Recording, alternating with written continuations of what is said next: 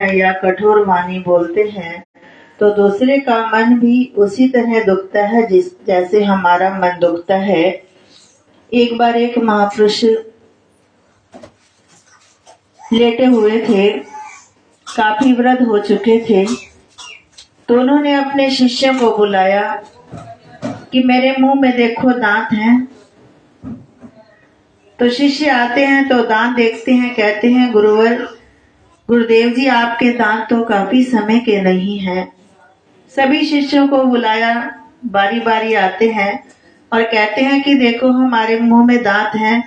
तो वो देखते हैं तो कहते हैं कि गुरुदेव जी आप जी के दांत तो काफी दिनों के टूट गए हैं। तो महापुरुष फरमाते हैं जीवा है? तो कहने लगे जीवा तो है। तो कहने लगे ये ऐसे कैसे हो सकता है?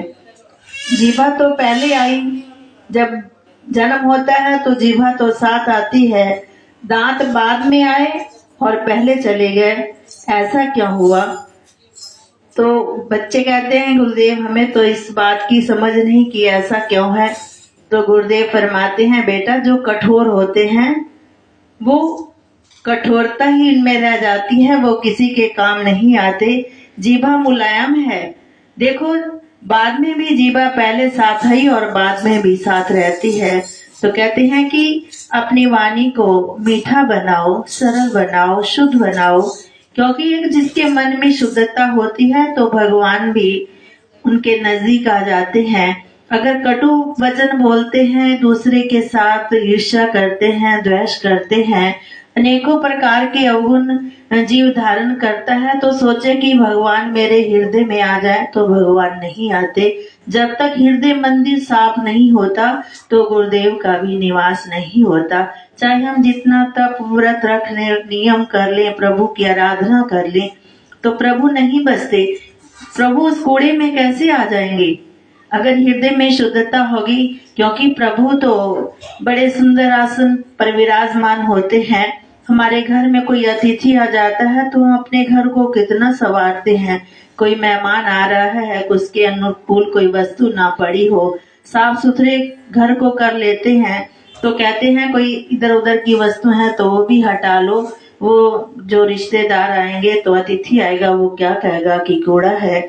तो जो हृदय का मंदिर है उसमें श्री गुरु महाराज जी विराज रहे हैं, तो हम सोचे कि उस कूड़े में प्रभु हमें दर्शन दे, तो नहीं देते।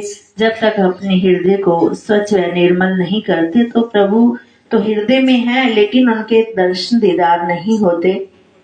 तो महापुरुष फरमाते हैं कि अपने मन को, अपने तन को सेवा के द्वारा अपने तन को निर्मल करो और मन अंतर मन को प्रभु के सिमरन के द्वारा शुद्ध बना लो।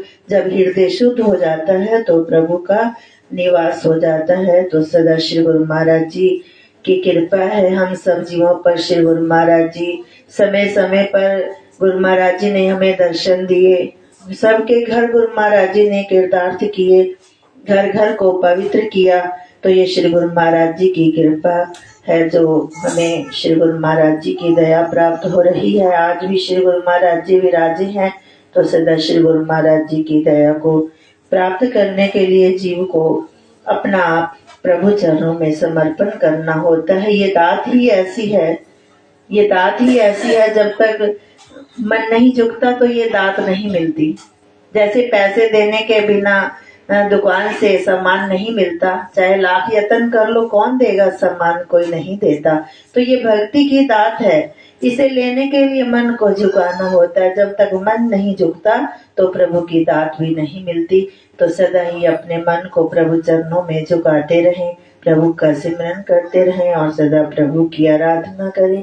यही एक सच्चा धन है जो जीव का साक्षी है और हर पल उनके साथ यही सच्चा धन जाने वाला है। और संसार की सारी वस्तुएं संसार में है और संसार में ही रह जाती हैं। तो सदा श्री गुरु महाराज जी की कृपा, हम श्री गुरु महाराज जी के वचनों का पालन करते हुए अपने जीवन को सार्थक बनाने। बोलो जयकारा, बोल मेरे श्री